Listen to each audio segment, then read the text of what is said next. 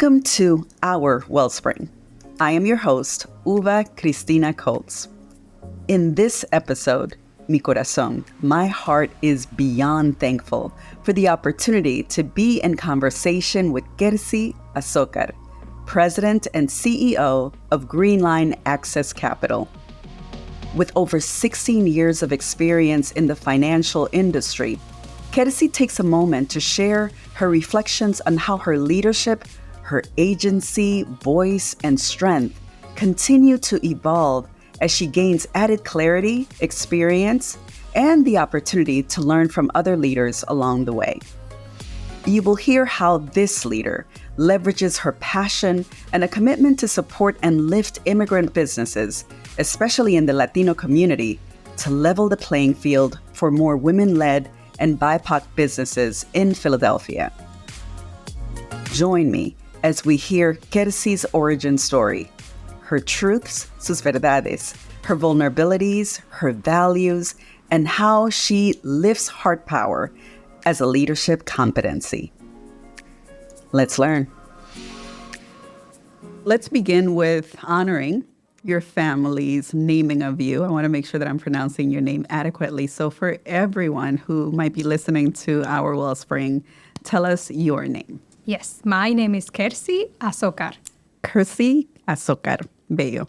So, Kersy, how are you in this moment? We just talked about how days can start off in a number of ways, and then we try to get centered. How are you coming into our conversation today? Yes, I'm super honored and humbled to be here. Very exciting to speak about our work, speak a little bit about the inspiration behind launching Greenline, and also hopefully some of the audience can also feel that inspiration and motivation. Excellent. We are equally excited. And as I shared with you before we started recording, really happy to have a kindred spirit in the room. Hopeful that I can stay focused on my English language. But right now I have a feeling I'm going to weave between English, Spanish, Spanglish, as we talked about. And hopefully that works for you as well. And others may learn a word or two or be able to lean into their own language as well. Let me give you a couple of flowers, if you will, and just talk a little bit about your background for those who may not know enough about you just yet. You are considered a nationally recognized voice in microlending, president and CEO of Greenline Access Capital. Our understanding is that Greenline has served over 250 people and has helped 48 clients connect with how many million in grants? Is it 5 point? Yes, 5.12 in capital, and that's a combination of grants and also loans. Amazing. And before Greenline, you worked for a Philadelphia-based CDFI, or for those who are not as familiar, a community financial development institution, where you managed a micro-lending department with national scope. That particular CDFI became the number one SBA microlender in the region and top 10 in the country for over 7 years. And at the height of COVID, you were the project manager of Pennsylvania's COVID-19 Hospitality Industry Recovery Program, a $17 million grant program created by the Commonwealth of Pennsylvania to support businesses in the hospitality industry. Of equal importance, you hail from a neighboring country, La República Dominicana, the Dominican Republic. Yes. Beautiful smile comes up when we talk about our homes. So in my mind, we're cousins. Welcome. So many questions, but before we delve into who you are, just as a human being, which is part of what we want to focus on today, tell us a little bit more about Greenline Access Capital and the work you do. Yes, thank you. Greenline Access Capital was launched in 2021, and our name comes from our vision to Greenline in Philadelphia. A group of community leaders got together after Philadelphia released a massive ecosystem report on entrepreneurs, and they found 4 major needs for small businesses, which is not a surprise. Like, number one is access to capital, access to trusted guidance, and access to market opportunities. And the research also highlighted the a significant number of small businesses and micro businesses. So over 100,000 businesses in Philadelphia are sole proprietors. And imagine, that's a significant number. And 45,000 are employing up to 50 employees or people. And when we hear these numbers, there's a gap in financing. There's a gap in connecting small businesses to resources. And that was the inspiration to launch Greenline. When we think about who's serving the Latino community, and then we start adding layers, who has the cultural sensitivity to work with immigrants, who can connect them with grants, opportunities, credit building. It's such an important aspect to make sure that our small businesses are building wealth, are advancing economically, socially. And that was the main drive behind launching Greenline. We wanted to break the mold a little bit. We're seeing that in our business ecosystem, small businesses are still falling behind, and we want to change that. We want to be part of changing the narrative.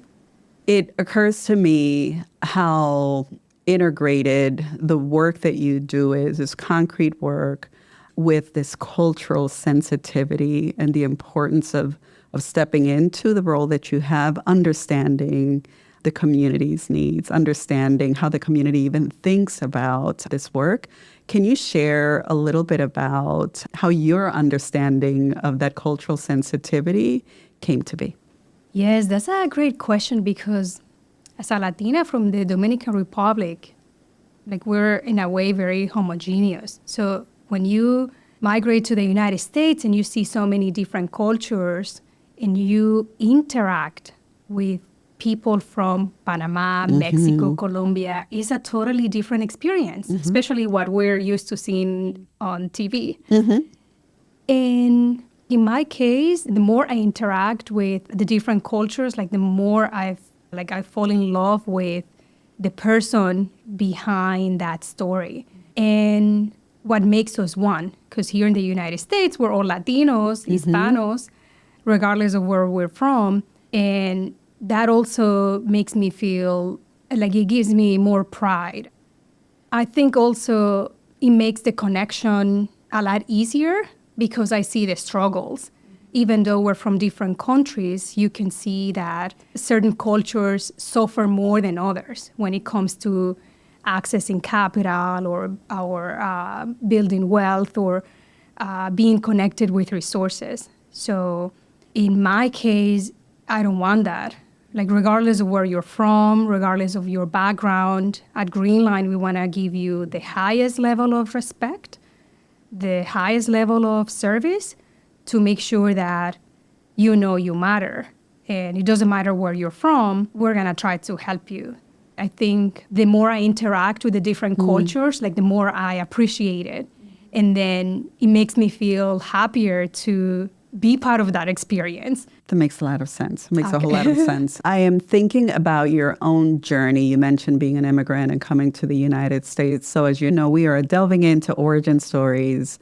And I'm curious about your own trajectory, right? From the Dominican Republic to not just the U.S., but Philadelphia and your current position. Would love to learn more about your own beginnings and what got you to a place where you stand as a leader in this space. Yes, thank you. And just so you know, it's always a little bit challenging to speak about myself. I love talking about Greenline and what we do. So if the audience is hearing some silence and pauses, it's because I'm trying to process in my brain. Sure. But yes, I think I've been very, very blessed to come from a wonderful family. And also when we traveled to the United States, I came with my parents and my siblings. So contrary to a lot of immigrants where they experience that disconnect and the struggle, I think I was very privileged in that matter, in that way. And when I came to the United States, we first arrived in New York. And as you can imagine, it was a very interesting experience. Interesting is a key word. Yes, and then a few years later or several years later, I got married and we moved to New Jersey, which is to a town, Pennsauken, which is very close to Philadelphia.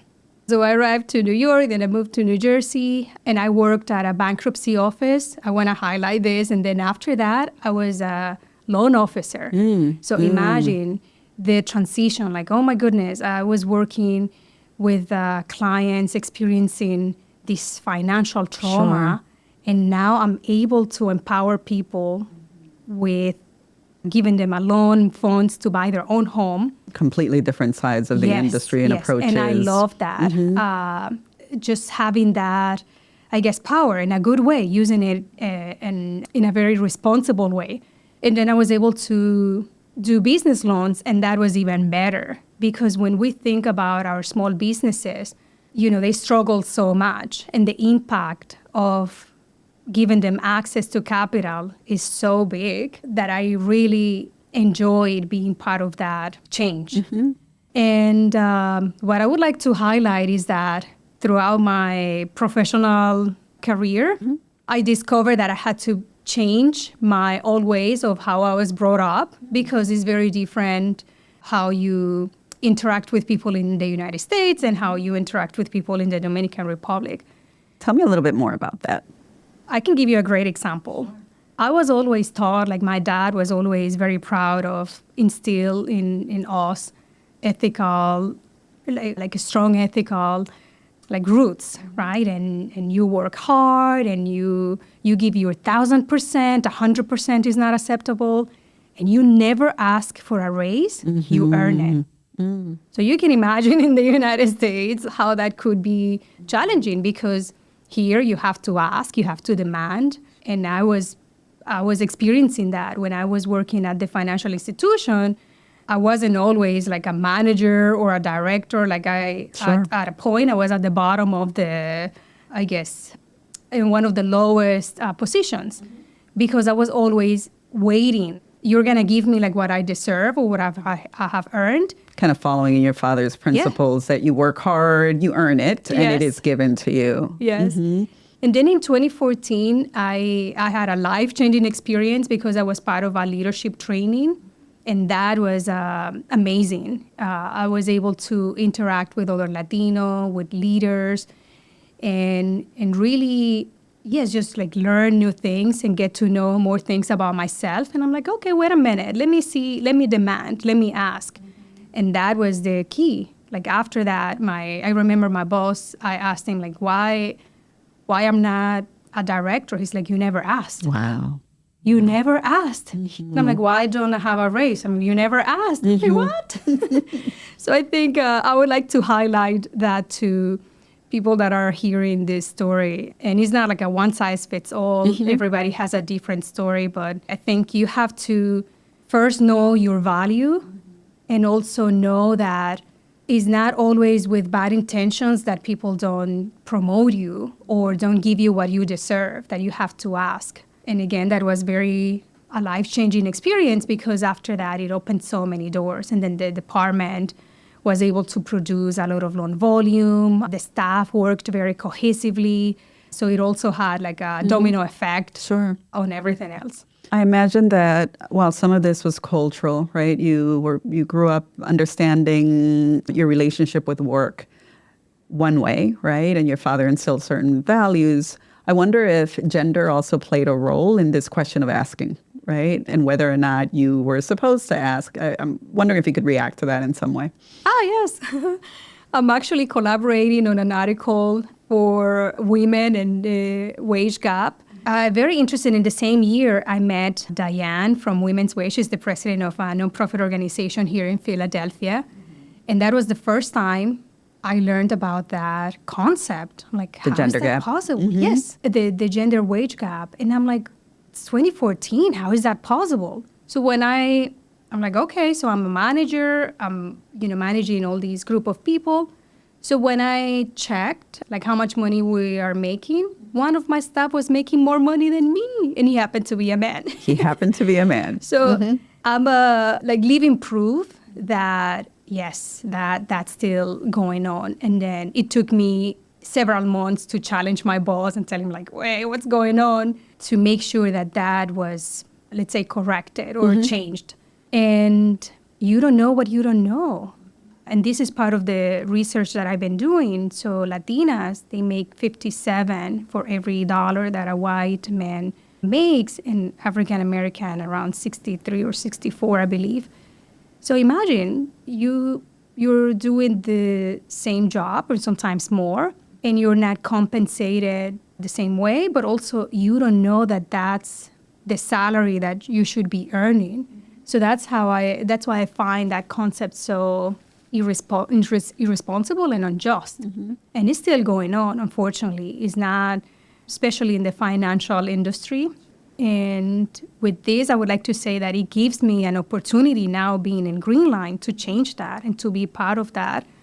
So far, there's a group of women in our staff, and I'm always advocating for a just salary and advocating for a salary increase because I want to make sure that they're not experiencing the same thing that I experience and that so many millions of women are experiencing. Sure.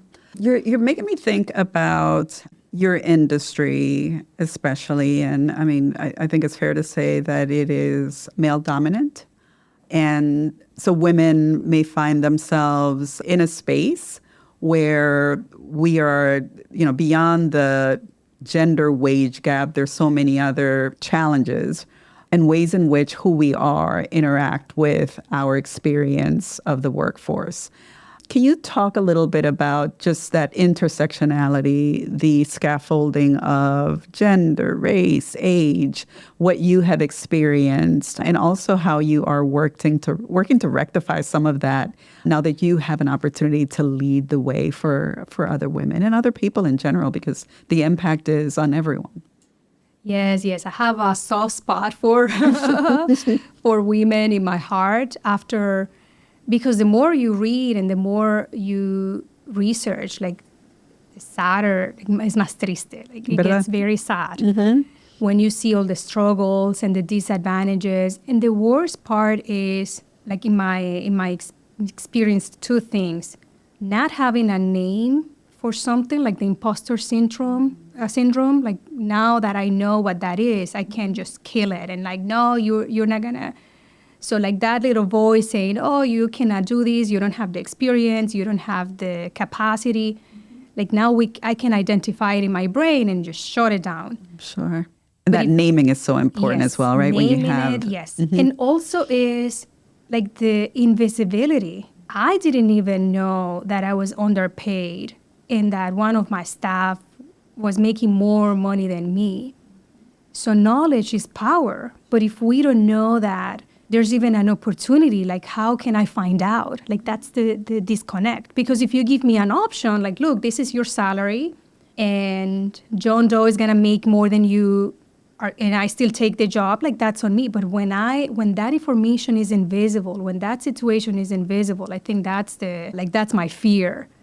And I'm going to commend all women listening to this podcast to always search for more information, search information from a good source. Like, now we're bombarded with social media, and, where we're getting the information matters, because if what we're hearing is that, that's okay, sure, then that's what you're going to believe. And I don't want that for myself or for my daughters or for our clients, the people that we work with. And little things like that can definitely change. These can make such a huge change in a person's life. Thank you for that. It occurs to me that the leadership program you joined kind of opened your eyes to the world of possibilities and made certain things visible that you were not aware of before. Who was that first person who you remember in this moment who became that first leader that resonated for you, or that you saw and could actually apply that title to? Yes. Well, I'm laughing because that was a terrible person. Yeah, it was very judgy, very strict, I think narrow-minded. And all these comes from like not knowing yourself. And I'm still an introverted, but yes, I think I like this new version of myself. I compare myself to the Grinch before 2014. Like, I'm a positive person, and I believe in, always helping others and doing good things for others. But I think in the professional world, I was very strict. Like, I already reviewed this information with you. You should have known what you had to do. And you're just like, no, we don't have photographic memory. Sure. Where did you learn to approach work that way? where in my leadership training, because this was a 9-month training, and this organization, and ALCAP, they still hosted for Latinos. Excellent. Because also that's another layer. Like once we have trainings that are tailored to us, like the different demographics and cultures, that makes a huge difference. So throughout these 9 months, before that, I never believed that a test could tell me what's my personality. So you can imagine, I never believed oh no, this doesn't. And then when I took the Myers-Briggs test, yes, I always say it backwards, and then it's telling me exactly the things, like how I think, how I act. I'm like, no, this is not possible. So it really helped me to be more aware of myself and others, and improved my relationship with my family, with my friends, with our clients, because that was also a huge, with our bosses, because we want to make sure that we speak the same level. Yeah, that matters. I think as the years go by, I continue to make it my mission to improve. Like human beings, we're able to change and always challenge ourselves. I think it's too easy to say, well, that's who I am, and then you deal with myself, or you deal with my personality. In my case, it's like, no, how can I accommodate you? And not that I have to abandon my true self, but how can I be more flexible? I think before I was very inflexible. So I'm super happy, and I'm sure people around me are also happy that I took that test. And if I could add something about your previous question on gender, race, and age, especially in the financial industry, being a woman is definitely challenging. Having an accent, right? Being a person of color. And I'm very aware of that. And I don't let it affect me. I'm just aware. Okay, now I know. And then that's very useful. And also, I think there's a certain expectation. I look a lot younger than what I am. And I've been in rooms where people assume oh, you don't know anything. Sure. So all the isms are playing out. Ageism, sexism. Oh, totally. I used to always laugh when I went to meetings with one of my staff, because I had white people or Latinas, older, right? And then they always greeted her first because they thought she was my boss. And that was always our joke. So that's a reality. They don't think a Latina can lead an organization. And I can make a very brief parenthesis. Somebody told of another friend, oh, no, Greenline is not going to be successful because Kersy is too nice. So that's the perception that we have to be aggressive, that we have to be a bully, all these perceptions, how society or people perceive things to be. And I want to be part of that change. I don't have to be a bully for you to do business with me or for you to fund my organization. I believe in, if you are nice and if you respect people, if you earn their trust, you get 10 times better results than when you do it the other way. And that may work for other leaders, and that's okay. But in my world, that's how I want to see things. And that's how I choose our partners. That's how I choose our staff and the people that I interact with. How do you interrupt it? I think that's something, you touched on imposter syndrome and a host of other things that I think people in general certainly deal with, but especially women, right? And so in those moments, especially if they're still happening now, in those moments when people render you invisible, ignore you, undermine your credibility and your leadership, how do you interrupt that in this moment? I have a little, let's say, weapon. So in my crazy brain, I psychoanalyze people. And then I think okay, I'm glad that I'm seeing your true colors now instead of later. And I don't feel offended. I think it's just sometimes ignorance, or sometimes it's just different things or the way they were brought up. I try not to judge. And also I try to see what's the intention behind that comment. Is that is maybe that you don't know me, that you have heard something, whatever it is. But then the last part in my mind is what matters. I'm not gonna be silenced. I hear, I listen, and then at the end, I'm okay, can I mention something? And then I make my point. And through all the crazy readings that I've been doing about women, even the tone of our voice matters. So then while they're talking and I'm like, okay, here, right? I'm just like recording everything. And then I'm like ready to like shoot, right? And then the tone of my voice, my posture, everything conveys the message that I'm trying to say. And so far it has worked. And then afterwards, it's just like, okay, I made my point, and now I know you. Mm-hmm. And now either that perception changed, or it's just like, okay, now I know that you're not a good partner or you're not a good person. It sounds like you are, like your relationship with leadership is changing, right? How you are defining leadership for yourself. And I want to go back to when we talked about earlier models, your first model of leadership and how that person probably wasn't, the ideal model, but it sounds like you still learn from them. Maybe the things that you did not want to do, how you didn't want to show up in the world.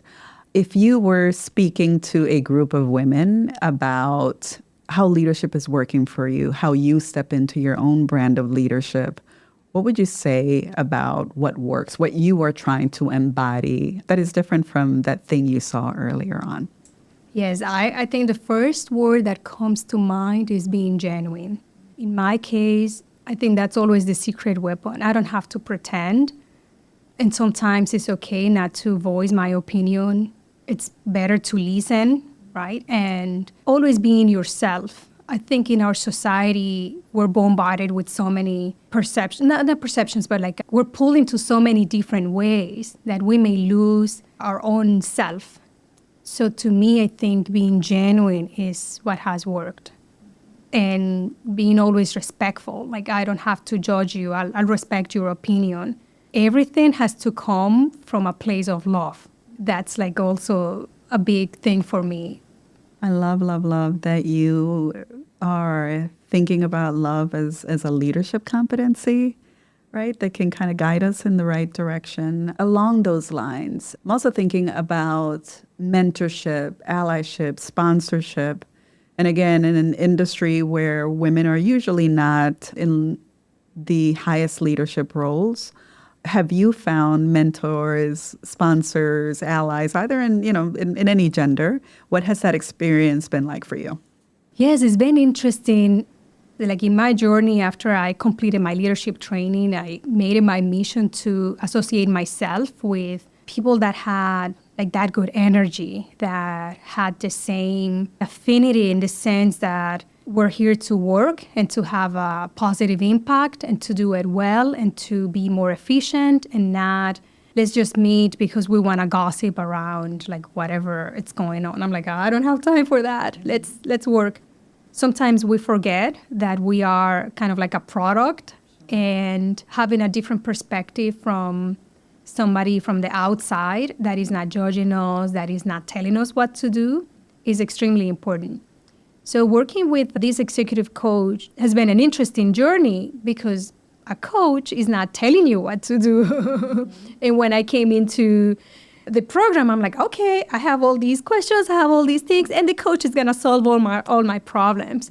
And what we don't realize is that until we are ready, like mentally, physically, and in all senses, we cannot address whatever challenges we're facing, or we cannot even change our perspective. Like you're literally stuck. You have, right? We were talking about the invisibility. It's just like other options are invisible.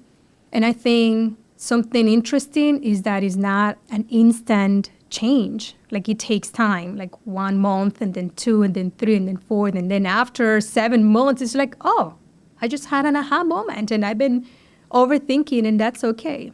And I can give you an example. One of the things that I was working on was that I like to listen. So when there's a group of people and everybody's sharing, I'm like listening, and I'm like, well, I want to be more active and participate in more conversations.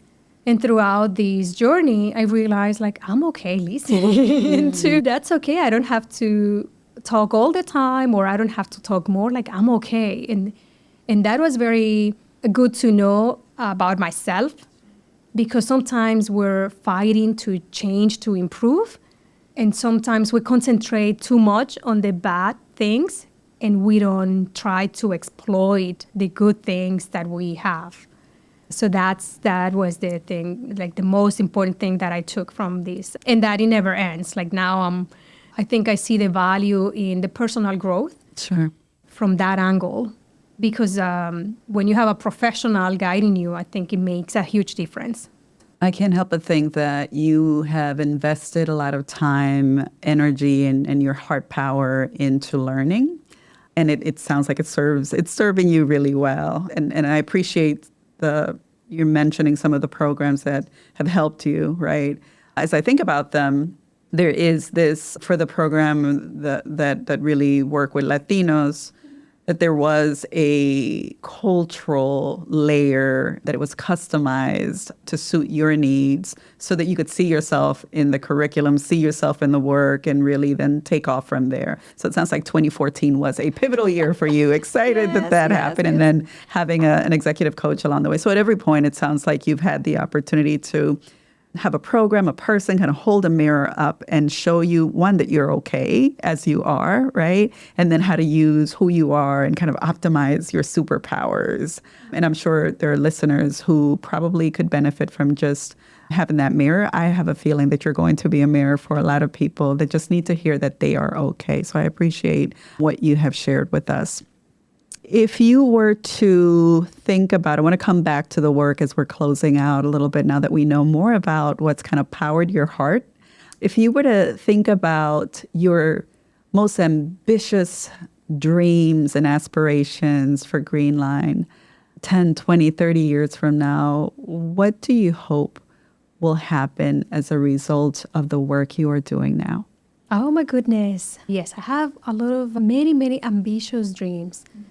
I would like to be able to create a program that is able to serve small businesses in a holistic way. And what I mean with that is that sometimes we concentrate a lot on the business, expanding the business, new marketing, and we forget about the person.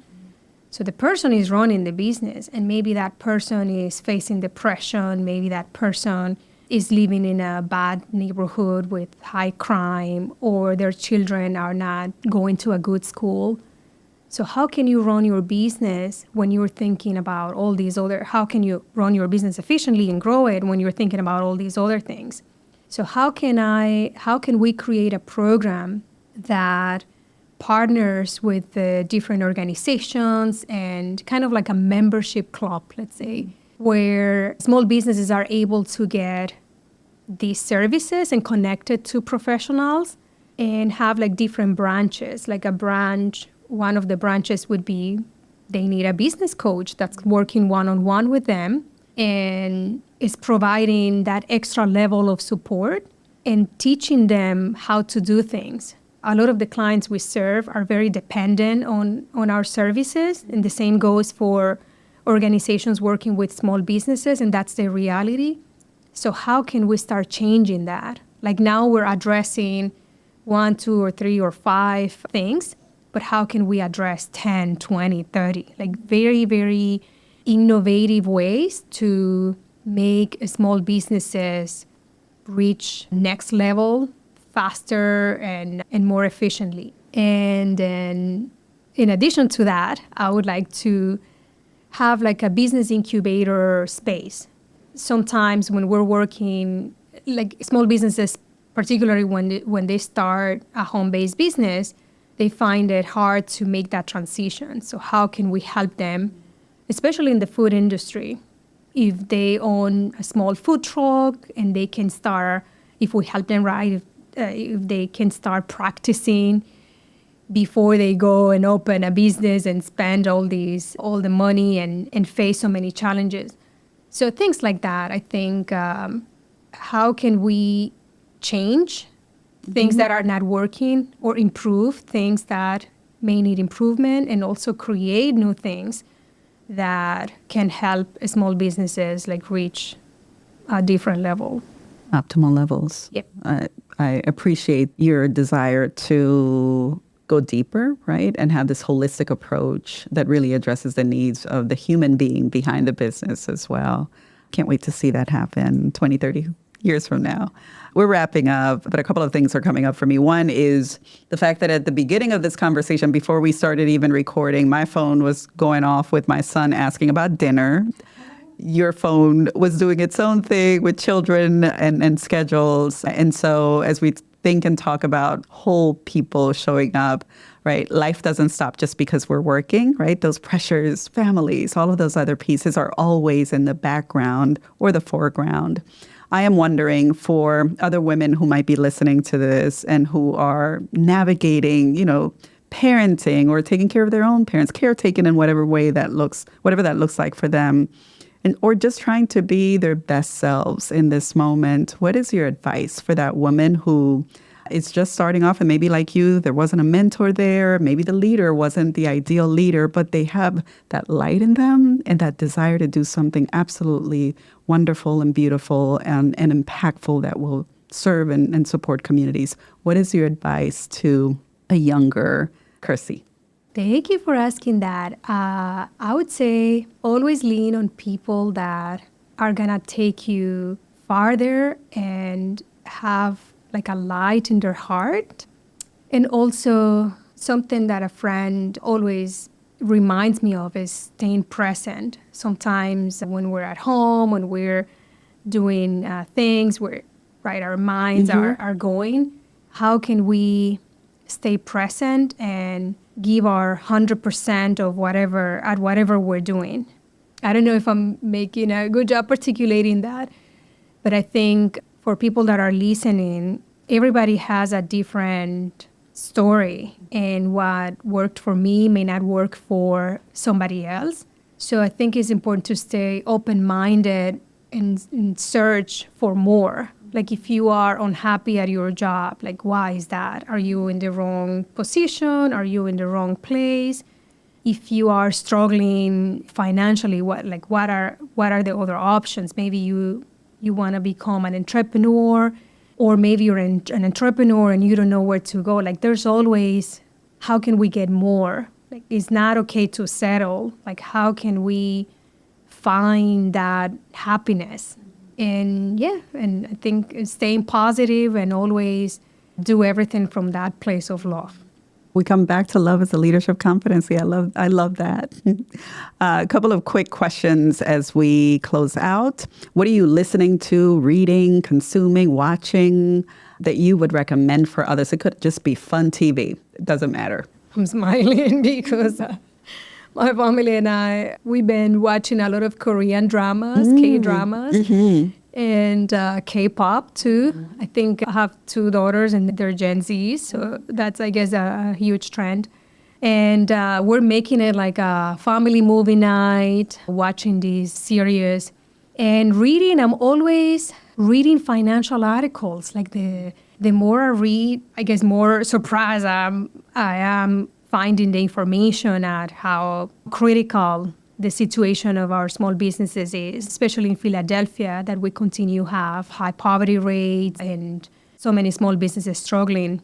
So always reading a lot of articles about financing and small businesses.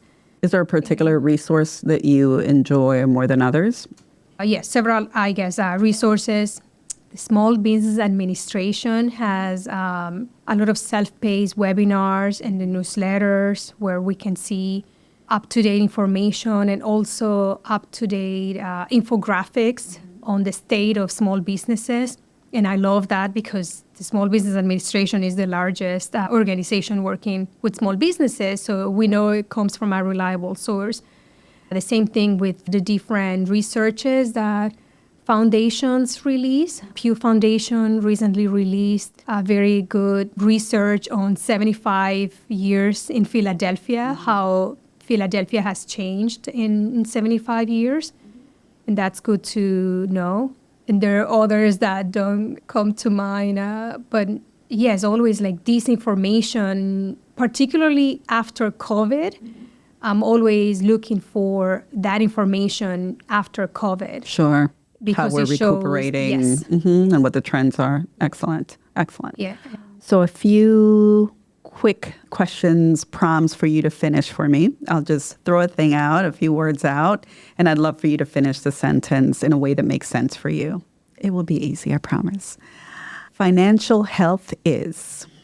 I think financial health is being able to know options regarding the different financial topics, and also being able to implement those things, being able to save money, being able to have that opportunity, to know that you have an option, and also being able to take advantage of it take as well. advantage of that, yes. Mm-hmm. Love that.